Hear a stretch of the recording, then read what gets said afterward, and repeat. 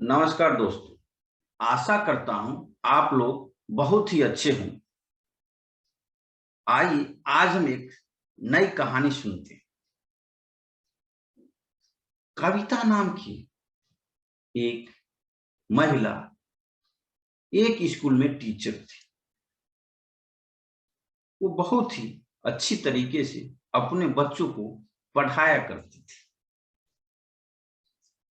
कुछ दिनों पश्चात उसने अपने बच्चों से एक विषय पर कुछ लिखने की, यानी कि बच्चों को उन्होंने टेस्ट लेने का निर्णय लिया।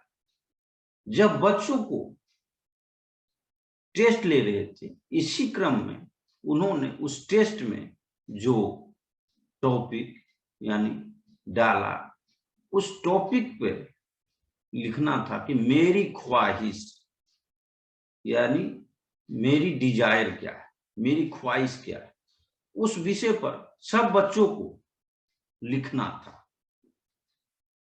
तो सब बच्चों ने उसके ऊपर बहुत कुछ लिखा और लिखने के बाद वो सब बच्चों ने अपनी अपनी कॉपी को लेकर के मैडम के पास जमा करा। मैडम ने उस सारी कॉपी को लेकर के सोचा, चलो इसको लेकर के हम घर पर चलते हैं और घर पर इसका अच्छी तरह से चेक करके कल पुनः वापस ले आएंगे, क्योंकि कल रविवार का दिन था और शनिवार को टेस्ट हुआ। तो मैडम ने उस सारी जो आंसर शीट थी, उत्तर पुस्तिका थी, उसको लेकर के अपने घर आ गए और अपने प्रतिदिन की कार्य करने के पश्चात अगले दिन सुबह वो सारी कॉपियां उत्तर पुस्तिका को लेकर के उसको चेक करने लगे। और जब चेक कर रहे थे, उसी क्रम में उसको कुछ अजब सा पढ़ा और पढ़ते पढ़ते वो कुछ रोने लगे। जब वे चेक कर रहे थे, उसी क्रम में कविता मैडम जो है, उनके पतिदेव टीवी देख रहे थे और वो कॉपी चेक कर रही थी। जब वो रो रही थी, संयोगवश उनके पतिदेव की नजर अपनी पत्नी पर पड़ी।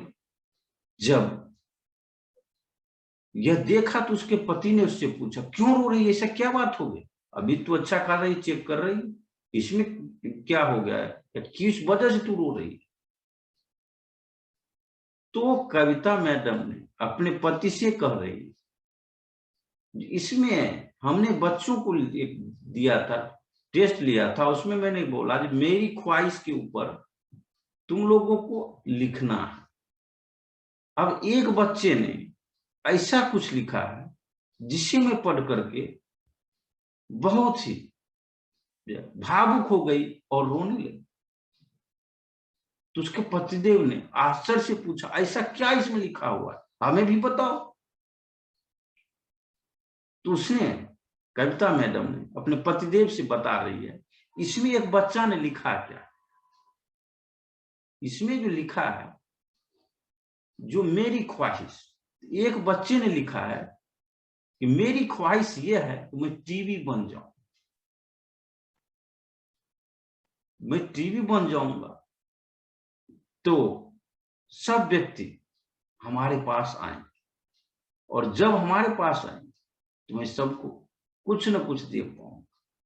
यानी कि जब हमारे पिताजी थके हारे ऑफिस से आएंगे तो हमारे पास आकर के बैठेंगे और हमारे साथ समय बिताएंगे। जब हमारी मम्मी तनाव में आ जाती है, टेंशन में आ जाती है, तब वो भी हमारे पास आकर बैठेंगी और हमारे साथ समय बिताएंगे। यहां तक कि हमारे छोटे बड़े भाई यानी हमारे भाई बहन सब हमारे साथ आकर बैठेंगे। कई बार तो हमारे भाई बहन आपस में हमसे मिलने के लिए थोड़ा बहुत आपस में झगड़ भी लेंगे, यानी कि हर कोई हमारे पास आए और मैं सबको कुछ न कुछ खुशियां दूंगा। और हमारे जब बंद भी होता है, टीवी बंद भी कर देंगे, तब पर भी ना सब उसकी देखभाल अच्छी तरीके से करें।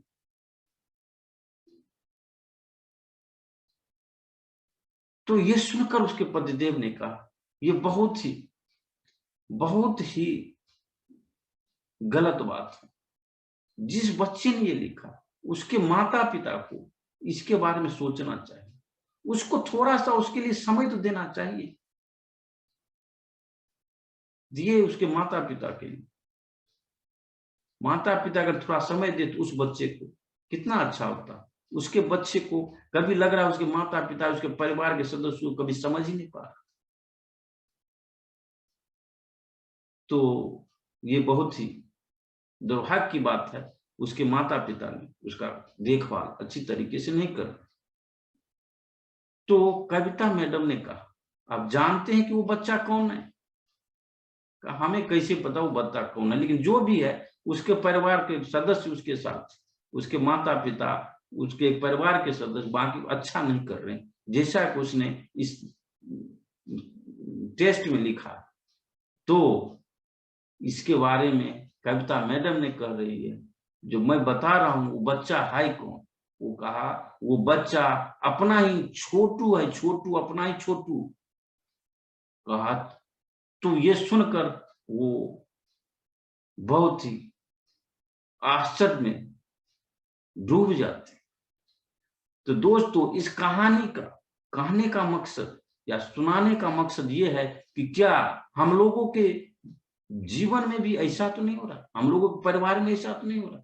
क्योंकि आज का जो समय चल रहा है, इस समय में हर एक व्यक्ति के पास कहता है समय ही नहीं, यानी कि वो अपने परिवार के पास, अपने सदस्य परिवार में सदस्यों के साथ जो है किसी प्रकार किसी के पास समय नहीं। हम रिश्ते खोते जा रहे। क्यों? क्योंकि आजकल हर एक व्यक्ति अपने फोन से चिपका रहता है। घर में रहते हुए किसी से वार्तालाप नहीं हो रही। सब घर में सदस्य हैं, हर कोई अपने अपने फोन से चिपका हुआ। कहने का तात्पर्य यह है कि हम लोगों को इस पर ध्यान देना चाहिए, अपने रिश्ते की अहमियत को समझना चाहिए। जब हम इस रिश्ते की अहमियत को समझेंगे, इस पर हम अपना समय देंगे, हमारे रिश्ते अच्छे होंगे। और हम ना चाहेंगे कि इस छोटू की तरह कोई और बच्चा के मन में ये ख्याल आए कि मैं भी टीवी बन जाऊं।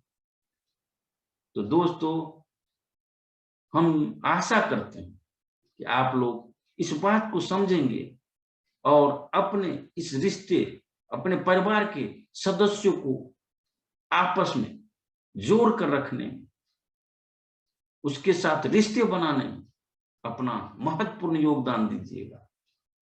तो आज के लिए बस इतना ही, हम यहीं पर विराम देते हैं। कल पुनः हम उपस्थित होंगे एक नई विषय के साथ। तब तक के लिए आप लोगों का बहुत बहुत बहुत बहुत धन्यवाद।